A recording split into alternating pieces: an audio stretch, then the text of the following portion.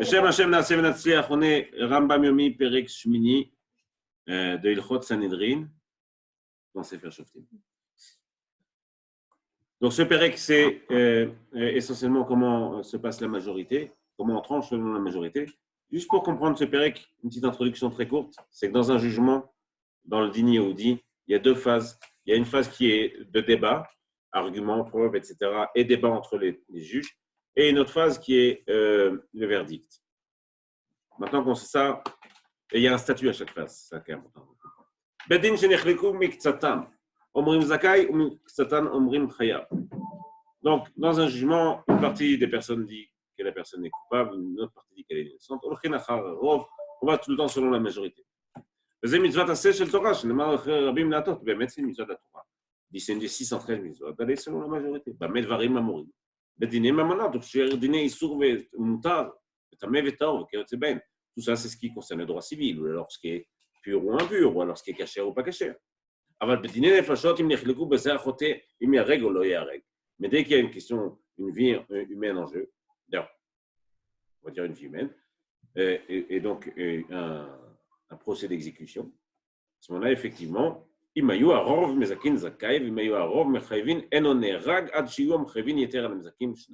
c'est légèrement différent. Il faut qu'il y ait une majorité, mais il faut qu'il y ait une majorité de plus de deux. C'est-à-dire qu'il faut qu'il y ait plus de deux personnes qui accusent pour que la peine de mort soit mise en application. Plus de deux, que le nombre de personnes soit qui est innocente, soit qui ne se prononce pas. Mais maintenant, on apprend ça de la Torah. Il y a un passage qui dit il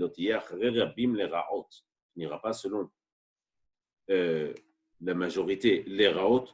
Ici, le mot rat, mauvais, a le sens de l'exécution. Effectivement, c'est le cas, le pire cas, c'est quand on est obligé d'exécuter une personne parce qu'elle a tué quelque chose qui est passible de peine de mort. Là-bas, on apprend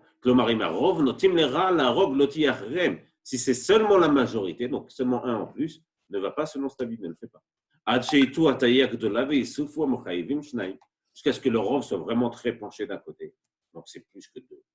Et qu'à ce moment-là, la peine peut être mise en application. Donc, il faut qu'il y ait une majorité de plus de deux. Et nous, c'est la suite de la fin du passage qui dit le Rambam explique donc, pour innocenter, il suffit d'un juge en plus. Les ra'al pishnaim. Mais pour exécuter, il en faut deux en plus de l'autre côté. Et ça, on a reçu, on a appris de Moshe. Al-Khabet. Beddin shel shlosha. Maintenant, on va voir un petit peu comment ça se passe quand il y a des accords entre les juges. Pour comprendre globalement la halakha, il faut qu'il y ait au moins un beddin de 3. Donc, il se trouve qu'une personne qui ne se prononce pas, qui dit par exemple, je ne sais pas quel est le jugement, on considère qu'elle n'existe pas. Donc, si par exemple, vous avez deux personnes qui accusent et une personne qui ne se prononce pas, alors, il faut voir est-ce que ça s'appelle une majorité ou pas. Beddin shel shlosha shenichleku shnaim omrim zakai ve'echad omrim chayav.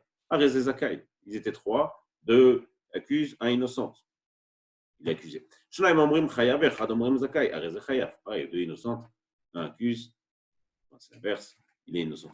Echad omer zakai ve'echad omer chayav ve'echad omer ani yodea. Un accuse, un des juges l'accuse, un des juges innocent. Et un des juges, le troisième, lui il dit, je ne sais pas quel jugement il faut apporter. Alors même deux, on dit qu'il est coupable, ou deux, on dit qu'il était innocent. Et le troisième dit, je ne sais pas. On doit rajouter deux nouveaux juges, de manière à ce qu'ils soient 5. Puisqu'on considère, même si deux ont accusé, on considère que, étant donné qu'un des trois ne s'est pas prononcé, c'est comme si il n'avait pas été présent au jugement, et donc il n'y a pas de tribunal de 3 comme c'est obligé que ce soit. Nimtso Khamisha, Nosim Benotim Bedavar. Tout ce qu'on parle, c'est évidemment dans le code civil, parce que dès qu'il y a une vie en jeu, effectivement, il faut être au moins 23. C'est pas les prochains.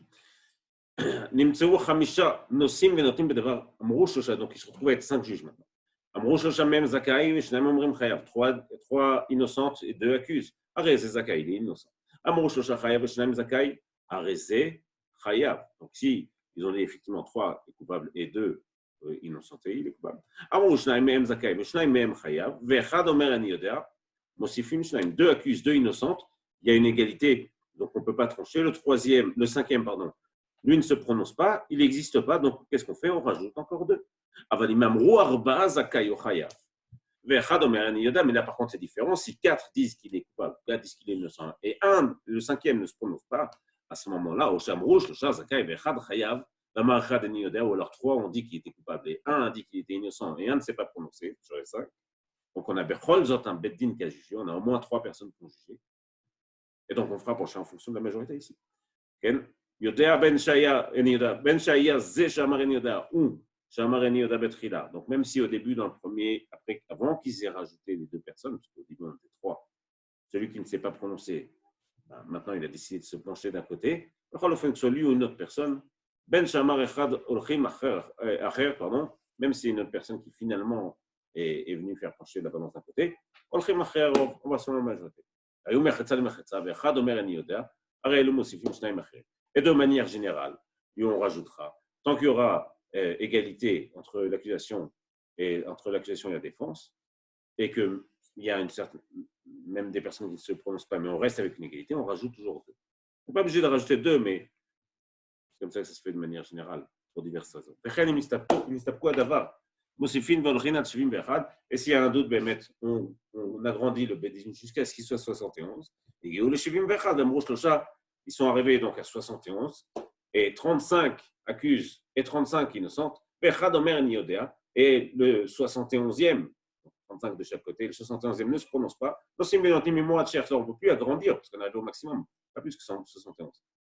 Alors à ce moment-là, ils vont essayer de le convaincre, soit d'accuser, soit d'innocenter. Et qu'on ait réussi à trancher d'un côté ou de l'autre.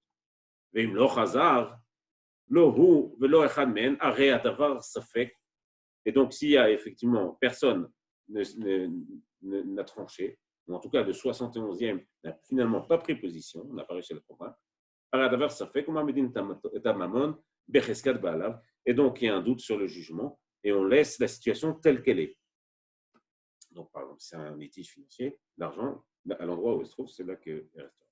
Kol mishamar, dernière halakha, gimel, kol mishamar ani yodea. Une personne, un juge qui ne se prononce pas, et notre sarech la teta medvarav, peut le dire, maïzé ta'am, balo asafek. Il n'est pas obligé de dire,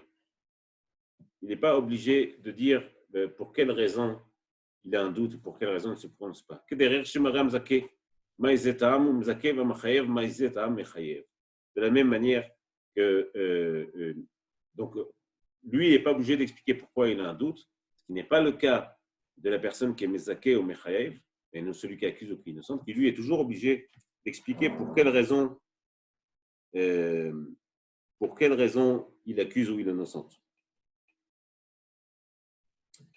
Il y a une autre girsa qui est rapportée ici, et je pense que c'est la girsa que les poskim rapportent, c'est qu'il retire le mot Eino. Et Dainu, il sait que la dernière pisca du Rambam vient dire que même si une personne ne s'est pas prononcée, au contraire, elle est obligée d'expliquer d'où lui vient le doute. De manière à ce qu'on puisse, dans le cas des 71 par exemple, essayer de le faire pencher à gauche ou à droite. Adkan, Perek Shmini, Rachav Hatzlacha.